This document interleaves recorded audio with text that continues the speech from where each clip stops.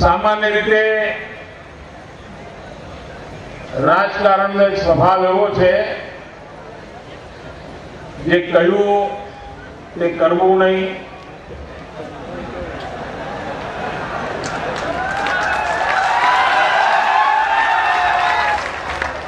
વચન આપ્યા હોય તો વચન ભૂલવાડી દેવા,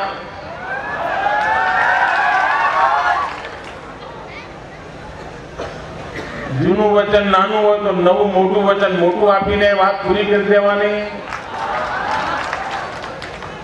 દેશ આઝાદ થયો ત્યારથી આ જ ઘટનાક્રમ આપણે જોયો છે. રોજ નવું વચન, અને જૂના વચનનું શું થયું પૂછો તો કાગડા બધા કાળા હોય.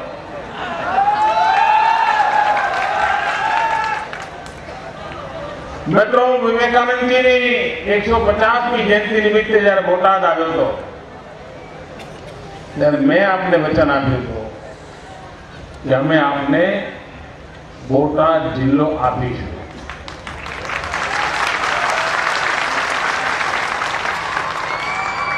મળી ગયો? જરા બોલો તો, મળી ગયો? વચનનું પાલન કરી દીધું? મિત્રો, હિન્દુસ્તાનના રાજકારણમાં જે મોટામાં મોટું સંકટ પેદા થયું છે એ સંકટ છે ભરોસા. કોઈને કોઈના ઉપર ભરોસો નથી. દિલ્હી સરકારના એક પછી એક પગલા એવા છે, એનો 9 વર્ષનો ઇતિહાસ એવો છે કે સામાન્ય માનવીનો ભરોસો તૂટી ગયો છે, એને વિશ્વાસ નથી. અને સમાજ જીવન હોય, રાષ્ટ્ર જીવન હોય કે કૌટુંબિક જીવન હોય, જ્યારે ભરોસો તૂટી જાય ત્યારે બધી જ આશાઓ ધૂળ ધાણી થઈ જતી હોય છે. કમનસીબે આ દેશમાં આજે મોટામાં મોટું સંકટ ઉભું થયું છે. કોઈને ભરોસો નથી. રૂપિયો આવતીકાલે ટકી રહેશે કે હજુ વધુ ગગડી જશે, ભરોસો નથી. ડીઝલના ભાવ આવતીકાલે વધશે કે ઘટશે, ભરોસો નથી. ગેસનો બાટલો હજુ કેટલો મોંઘો થશે, ભરોસો નથી. ભરોસાનું ધોવાણ કરી નાખ્યું. અને એવા વિપરીત વાતાવરણમાં, એવા અવિશ્વાસના વાતાવરણમાં ગુજરાત સરકારે પ્રજાનો ભરોસો કાયમ રાખવો, પ્રજાનો વિશ્વાસ તૂટે નહીં, એના માટે ભરસક કોશિશ કરવી અને વિશ્વાસના વાતાવરણ બનાવી રાખવાનો એક ભગીરથ પ્રયાસ આવ્યો છે. અને પ્રયાસના ભાગરૂપે અમે જે કંઈ કર્યું એને પરિપૂર્ણ કરવા માટે એવી ચોટીનું જોર લગાવ્યું છે. દિવસ રાત એક કરીએ છીએ. સમાજને સુખ માટે, ગુજરાતના વિકાસને માટે, ગરીબ, પીડિત, દલિત, શોષિત એના કલ્યાણ માટે દિવસ રાત પાછું વળીને જોતા નથી. અને દિલ્હી સરકાર ગુજરાતને અન્યાય કરવામાં એક પણ મોકો જતો નથી કરતો. હમણાં તમે ટીવી પર જોતા હશો, છાપાઓ ભરી ભરીને જાહેરાતો જોતા હશો, food security bill, food security bill, food security bill, ચારે તરફ ગાણા ગાય છે.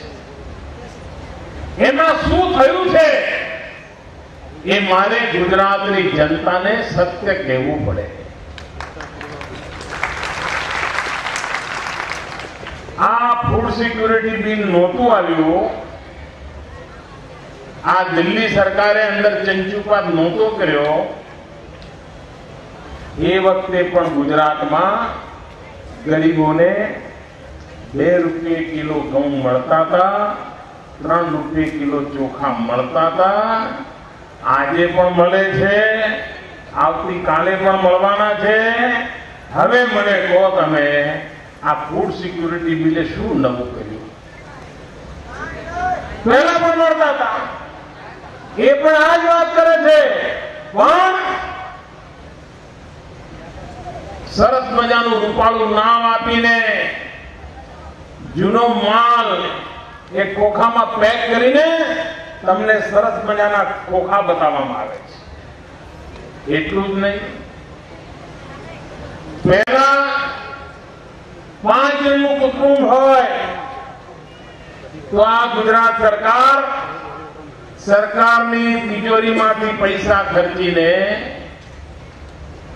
ગરીબીની રેખા નીચે જીવનારા બીપીએલ પરિવારને 35 કિલો અનાજ આપતું હતું.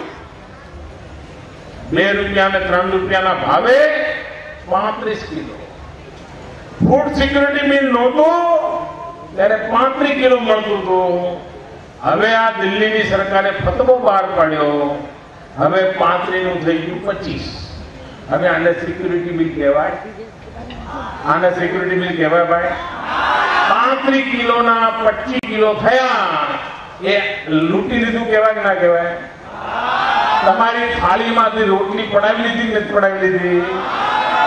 આ લોકોને મૂર્ખ બનવાનું કામ ચાલે છે નથી ચાલતું?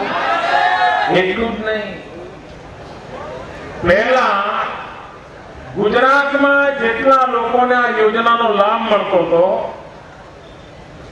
અચાનક દિલ્હી સરકારે કહી દીધું કે આના કરતા વધારે લોકો નહીં. એના કારણે શું થયું? દિલ્હી સરકારના નવા કાયદાને કારણે ગુજરાતમાંથી 1,47,00,000 લોકો, લગભગ 1.5 કરોડ લોકો એ આ યોજનાનો લાભ જે લેતા હતા, આ દિલ્હી સરકારનો ફતવો આવ્યા પછી એ લાભ એમનો છીનવી લેવામાં આવ્યો છે, એમને લાભથી વંચિત કરી દેવામાં આવ્યા છે. આટલા પ્રજા વિરોધી કામ કરવાના, ગરીબ વિરોધી કામ કરવાના અને પ્રજાની આંખમાં ધૂળ નાખવાની આ ગુજરાતની માંગણી છે કે ગુજરાતના જે બીપીએલ પરિવારોને જેટલી સંખ્યામાં લાભ મળતો હતો એટલી સંખ્યામાં લાભ મળવો જોઈએ. દિલ્હીની સરકાર 1.5 કરોડ લોકોની થાળીમાંથી રોટલી છીનવી લેવાનું પાપ ન કરે. અમારી બીજી માંગણી છે કે અમારે ત્યાં ગરીબ પરિવારોને 35 કિલો આપતા હતા, તમે 25 કિલોનો ફતવો બહાર પાડ્યો છે, તમે 10 કિલો અનાજ એનું જૂટવી લીધું છે, એને 35 કિલો અનાજ મળે એ પ્રકારના કાયદામાં બદલ લાવો.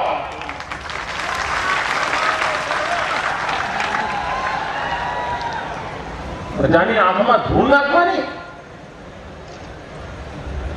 અને કોંગ્રેસના લોકો તમે સમજી લો, તમે જેટલા પાપ કરો છો ને એની સજા તમને અહીંયા જ મળવાની છે. આગળ જન્મભૂમિ પર રામ ઉદ્યોગ તમે જોઈ લેજો, કારણ તમે ગરીબની આંતરડી કકડાવી છે, તમે ગરીબની થાળી જૂટવી લીધી છે, તમે ગરીબના પેટનો કોળિયો છીનવી લીધો છે. અને એની સજા આ જન્મમાં જ આ કોંગ્રેસની સરકારને આ દેશની જનતા આપીને રહેશે એવો મારો પૂરો વિશ્વાસ છે.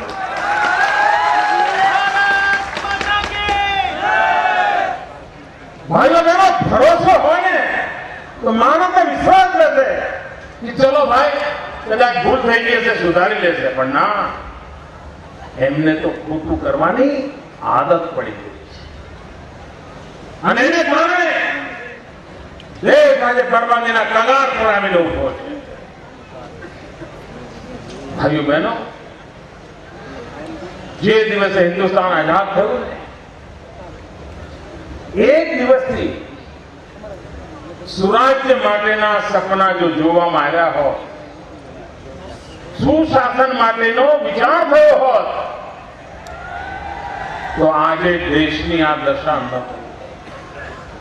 પણ કોંગ્રેસને દિલ્હીના દરબારમાં સુશાસન નામનો શબ્દ જ નથી. સુરાજ્ય એમનું સપનું જ નથી. ઝવેરચંદ મેઘાણીની કર્મભૂમિમાં ઉભાવીએ, જે ઝવેરચંદ મેઘાણીએ અંગ્રેજ સલ્તનતની સામે મુકાબલો કર્યો હતો આઝાદી અપાવવા માટે, સ્વરાજ્ય અપાવવા માટે, પણ સુરાજ્યના સપના અધૂરા રહી ગયા. આપણી મથામણ છે કે લોકશાહીમાં નાગરિકને સરકાર તરફની બધી સુવિધાઓ સરળતાથી મળે,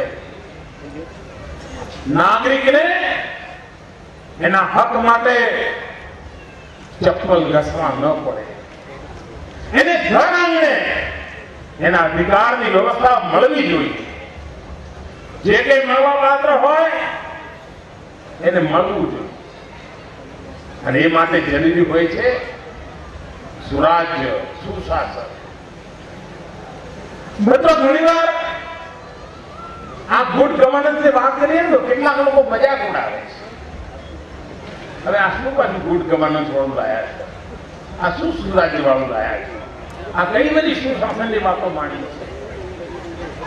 ભાઈઓ બહેનો, આ ડાયાબિટીસનો રોગ છે ને, આ ડાયાબિટીસનો રોગ એવો છે કે ડાયાબિટીસ થયો હોય પણ જ્યાં સુધી લેબોરેટરીમાં ચેક ના કરાવો ત્યાં સુધી ખબર જ ન પડે કે શું થયું છે.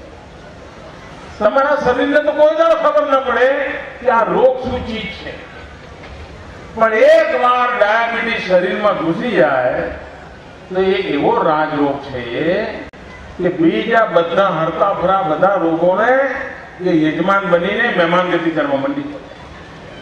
એની પાસે બધા જ રોગો આવે. કેમ ડોક્ટર બરાબર? માણિયા સાહેબ બરાબર કહે. એની પાછળ બધા જ રોગ આવે અને ધીરે ધીરે ધીરે શરીર આખું ખોખલું થઈ જાય, સમાપ્ત થઈ જાય. મૂળ રોગ એવો હોય કે ખબર જ ના પડે. જેમ ગમે તેટલું મજબૂત શરીર હોય અને ડાયાબિટીસ જેવો રાજરોગ આવીને આખા શરીરને કોરી ખાતો હોય છે, એમ કોઈ પણ દેશ ગમે તેટલો મજબૂત હોય, સંસ્કૃતિ ગમે તેટલી મહાન હોય, લોકો ગમે તેટલા પરિશ્રમી હોય, પણ જો વહીવટમાં ડાયાબિટીસની જેમ કુશાસનનો જો રોગ ઘૂસી ગયો તો એ શાસન વ્યવસ્થામાં બધા જ પ્રકારની બરાઈઓ ખદબદતી હોય, બધા જ પ્રકારની બદલાઈઓ ખદબદતી હોય છે. પ્રગતિની પહેલી સીડી તરીકે સુશાસનની દિશામાં ડગ માંડ્યા. 50 વર્ષ પહેલા જયારે ગુજરાતનું નિર્માણ થયું ત્યારે આપણે ત્યાં 52 પ્રાંતોની રચના હતી અને આપણને બધાને ખબર કે પ્રાંત કચેરી એટલે શું. મોટા ભાગના લોકોને ખબર હોય મારે પ્રાંત જવાનું છે, એમ કે પ્રાંત જવાનું. બધા કારોબાર કરવાના પ્રાંતમાં થાય ને ખબર હોય. મિત્રો, આટલા બધા વર્ષો થયા, 3 કરોડની વસ્તી હતી તોય 52 અને 6.5 કરોડ થઈ ગયા તોય 52. આપણે આવીને સુધારો કર્યો અને આજે 52 પ્રાંતમાંથી 102 પ્રાંત બનાવી દીધા. કારણ સામાન્ય માનવીને વહીવટની સુવિધા ઘરાંગણે મળે. સરકારના કામો માટે ઘરાંગણે જવાનો અવસર મળે. આપણે જોયું કે 150-150 કામ એવા છે કે જેમાં માણસોનો ટાઈમ બગડવો ના જોઈએ, નાગરિકોનો સમય બગડવો ના જોઈએ. સવારથી કોઈ અરજી કરે તો સાંજે કામ પૂરા થવા જોઈએ. અને એટલા માટે આપણે વન ડે ગવર્નન્સ, જેમ વન ડે ક્રિકેટ ચાલે છે એમ વન ડે ગવર્નન્સ નો કન્સેપ્ટ લાવે. સેવા કેન્દ્રો શરૂ કર્યા. જન સુવિધા કેન્દ્રો દ્વારા કોઈ પણ નાગરિક સવારે જાય, અરજી આપે, કોમ્પ્યુટર પર બધું કામ થાય અને સાંજે ઓફિસેથી ઘરે જતો હોય, એ સરકારી કચેરીમાં જાય, એનું કામ તૈયાર હોય અને એનું કવર લઈને ચાલતો થઈ જાય. 1 મિનિટનો સમય બગડે નહીં. આ આપણે વહીવટની સુધારણા લઈ જાય. આપણે જોયું કે ગુજરાતની અંદર ગુજરાત આગળ છે, પ્રગતિશીલ છે, તેમ છતાંય એમાં ક્યાં પાછળ રહી ગયા હોઈએ. આપણે એવા તાલુકા શોધી કાઢ્યા. એક કોલગી કમિટી બેસાડી. કોલગી કમિટી દ્વારા 40 જુદા જુદા માપદંડ દ્વારા નક્કી કર્યું કે કયા તાલુકા નબળા છે, એને પાછા શોધ્યા. એને ઉપર ઉઠાવવા માટેની મહેનત આવી. એમાં ખૂટની કડીઓ પૂરવા માટે મોટા મોટા અધિકારીઓને જવાબદારી સોંપી. તો વિકાસની યાત્રામાં કોઈ પણ તાલુકો એક ગયું પણ પાછળ ન રહી જાય એની કાળજી લીધી. અને હવે આપણે જોયું કે ગુજરાતના વિકાસને ધ્યાનમાં રાખીને જિલ્લાઓની પણ પુનર્રચના જરૂરી છે. અને એમાંથી એક સાથે 7 જિલ્લાનું નિર્માણ કર્યું હોય એવી પહેલી વાર ઘટના બની છે. અને આજે આપણે 33 જિલ્લાઓનું ગુજરાત બની ગયું. પહેલા આપણું ગુજરાત 27 થાંભલા ઉપર વિકાસની યાત્રા આગળ ધપાવતું. આ ગુજરાતની ઇમારત 27 મજબૂત થાંભલા ઉપર ટકેલી હતી. હવે આપણે એને 33 મજબૂત થાંભલાઓ આપ્યા છે, જેથી કરીને આખું ગુજરાત પૂર ગતિથી આગળ વધે એવી માળખાકીય પરિવર્તન કર્યું. અને જે 7 જિલ્લા આપ્યા છે એમાંથી 4 જિલ્લા તો આ સૌરાષ્ટ્રની ધરતીના આપ્યા.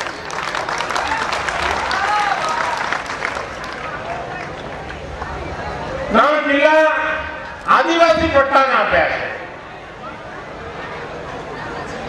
અને બોટાદ જિલ્લો તો એવો બન્યો છે કે ગુજરાતમાં જેને ધાર્મિક પ્રવૃત્તિ કરવી હોય, આધ્યાત્મિક પ્રવૃત્તિ કરવી હોય, તેને બોટાદ જિલ્લામાં જવું જ પડે. બધા સ્વામિનારાયણ અહીંયા, હનુમાનજી અહીંયા, અમરા બાપુ અહીંયા, બધું અહીંયા. એવો તમારો જિલ્લો, બધા ભગવાનનો વાસ હોય એવો જિલ્લો બની ગયો છે. એક પ્રકારનો ગુજરાતનો આધ્યાત્મિક જિલ્લો બની ગયો છે બોટાદ. ધર્મની પ્રેરણાનું કેન્દ્ર બની ગયું છે બોટાદ. અને એના કારણે આપ સમજી શકો છો કે આવનારા દિવસમાં જિલ્લાનું મહાત્મા કેટલું છે. અને બીજી વસ્તુ છે, બોટાદ જિલ્લો એવી જગ્યાએ બેઠો છે કે જેના દરવાજા પાસે ધોલેરા નામનું મોટું SIR નો વિકાસ થઈ ગયો. આખી દુનિયાનું જેની પર નજર રહેવાની છે એવું ધોલેરા અને એવું કલ્ચર તમે પથ્થરો નાખો ત્યાં પડે એટલું પાસે આવવાનું છે. આપ વિચાર કરો કે આવનારા દિવસમાં અહીંયા કેવી જાગો જલાવી હશે, વિકાસની કેવી નવી ઊંચાઈઓને પાર કરશે. અને સુરત ધમધમે છે, સુરત ચમકે છે, એમાં આ બોટાદ વિસ્તારનો પરસેવો ઓછો નથી. આ સુરત જે આખું ચમકે છે, હીરા જે ચમકે છે, એમાં આ બોટાદની ભૂમિનો પરસેવો છે. આ સુરતમાં બેઠેલા બધા મિત્રોને હું કહીશ કે હવે જરા ઘર સામે જુઓ. જો બોટાદ જિલ્લો ધારે તો ડાયમંડની બાબતમાં સુરત કરતા આગળ નીકળી જાય એટલી બધી તાકાત એના.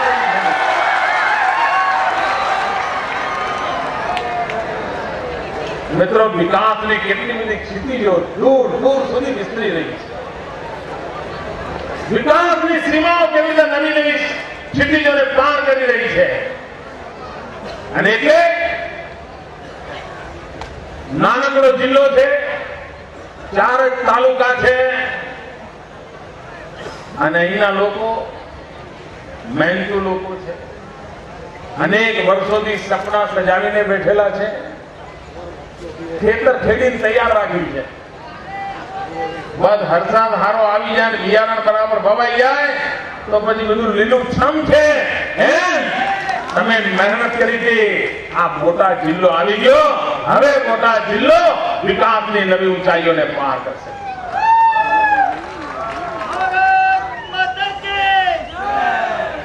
ભાઈઓ બહેનો, સૌરાષ્ટ્ર અને કચ્છ એના વિકાસને આડે કાયમ માટે કોઈ સમસ્યા આવી તો એક બાજુ પાણીની વિપુલતા અને બીજી બાજુ પાણીનો અભાવ. આપણું ગજબ પ્રકારનું સમીકરણ છે કે એક તરફ પાણીની વિપુલતા એ પણ મુસીબતનું કારણ, અને બીજી બાજુ પાણીનો અભાવ એ પણ મુસીબતનું કારણ. એક તરફ અફાટ દરિયો જેનું પાણી કામ ના આવે, અને બીજી બાજુ પાણી માટે વલખા મારવા પડે. એ આપણે જાણીએ છીએ. આ બરવાળા, રાણપુર, તમે જાઓ ને રાત્રે રોકાવાના મહેમાન તરીકે તો ઘરવાળા ઊંચા નીચા થઈ ગયા કે સવારે નાહવા માટે પાણી ક્યાંથી લાવી દઈશું. અને એવી દશા, આ સ્થિતિમાંથી ગુજારો થયો છે. એનાથી મિત્ર આજે નર્મદાની સૌની યોજના દ્વારા આખા કચ્છ કાઠિયાવાડને પાણીથી તરબતર કરવાનું આપણે કામ ઉપાડ્યું. માતા નર્મદાના આશીર્વાદ કચ્છ અને કાઠિયાવાડ પર ઉતરી પડે એના માટેની બધામાં પૂરજોશથી આપણે આવી. પણ દિલ્હીની સરકારને આપણે પાણી વિના મરીએ છીએ, એમનું પેટનું પાણી હાલતું નથી. નર્મદા સરદાર સરોવર ડેમ એનું બાંધકામનું કામ પૂરું થઈ ગયું છે. હવે ખાલી એના પર ગેટ લગાવવાના છે. હમણાં જે પૂર આવ્યું ને નર્મદામાં, હમણાં જે પૂર આવ્યું એ જે ગેટ લગાવવાના છે ને એ ગેટ કરતા ઉપરથી જાય એટલું બધું પૂર આવ્યું. પાણી બધું ગયું દરિયામાં, આપણે જોતા રહ્યા. કારણ કોઈ નહીં મિત્રો, દિલ્હીની સરકાર. એક જ કારણ, આપણને ગેટ મૂકવાની પરવાનગી નથી આપતા. બોલો, હું પ્રધાનમંત્રીને મળ્યો, મેં કહ્યું સાહેબ ગેટ મૂકવા તો અમારા બધા એમપીઓ ગયા, 6 વખત ગયા એમપીઓ મળવા માટે, આપણા રાજુભાઈ બધા. આમ દર વખતે જાય તો પ્રધાનમંત્રી શું કે ખબર, એમ નથી નથી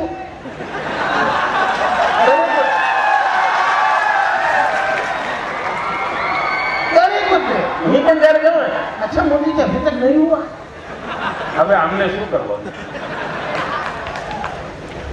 મેં એક દિવસ એમને સમજાવ્યું કે પ્રધાનમંત્રીજી માની લો કોઈ પ્રશ્નો હોય તો તમે અમને દરવાજા ઉભા કરી દેવા દો, અમે દરવાજા બંધ નહીં કરીએ. પાણી જે આવે છે જમા થઈશું, તો પ્રશ્ન નિરાકરણ થાય ત્યારે દરવાજા બંધ કરીશું, પછી પાણી ભરીશું. ત્યાં સુધી પાણી નહીં ભરે, ઝાંપા બંધ રાખીશું, ખુલ્લા કરી દઈશું.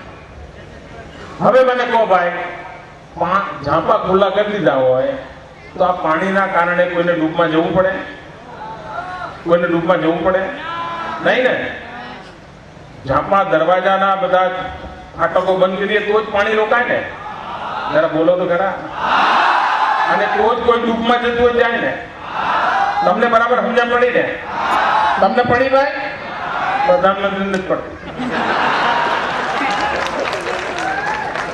સાદી સીધી વાત તમને સમજાય છે, પ્રધાનમંત્રી નથી સમજાય. મેં એમને કહ્યું સાહેબ અમને આ ગેટ તૈયાર છે, 3 વર્ષ સુધી તો કામ ચાલે, એટલું મોટું કામ છે, અમને ઉભા તો કરી દેવા દો. તમે પરવાનગી નહીં આપો ત્યાં સુધી ફાટક બંધ નહીં કરીએ, તમે કરવા તો દો. તમને આશ્ચર્ય થશે ભાઈઓ બહેનો, મીટિંગ નથી બોલાવતા, મીટિંગ નથી બોલાવતા. કારણ ગુજરાત આવ્યું નથી કે એમના કોમ્પ્યુટરમાં ઝબકાવું થવા માંડે અને એના કારણે આ વખતે નર્મદામાં આટલું બધું પાણી આવ્યું, બધું પાણી દરિયામાં વહી ગયું અને આપણે પાણી માટે વલખા મારતા. ભાઈઓ બહેનો, ગુજરાતને વિકાસ કરવો છે. દિલ્હી છે કે નહીં છે, ગુજરાત રોકાવાનું નથી.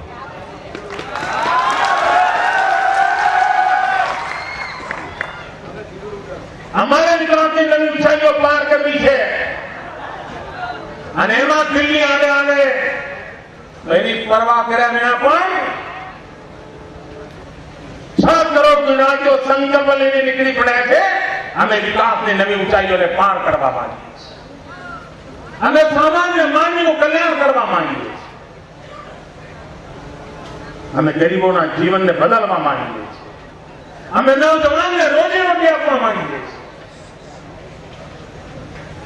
નવજવાન એના ઘરડા મા બાપની સેવા કરી શકે એ સ્થિતિ એને અમે લાવવા માંગીએ છીએ. પણ દિલ્હીની સરકારને પણ પરવા. ભાઈઓ બહેનો, આ બોટાદ જિલ્લો આપણો નવો બન્યો છે. આપણે બધા સાથે મળીને આ જિલ્લો આ રાજ્યનો સૌથી વધારે સમૃદ્ધ જિલ્લો બને એના માટે આજે સંકલ્પ કરીને અહીં છે. ભલે નાના છીએ પણ ભાઈ અમે તો ઝવેરચંદ મેઘાણીની ધરતીના છીએ.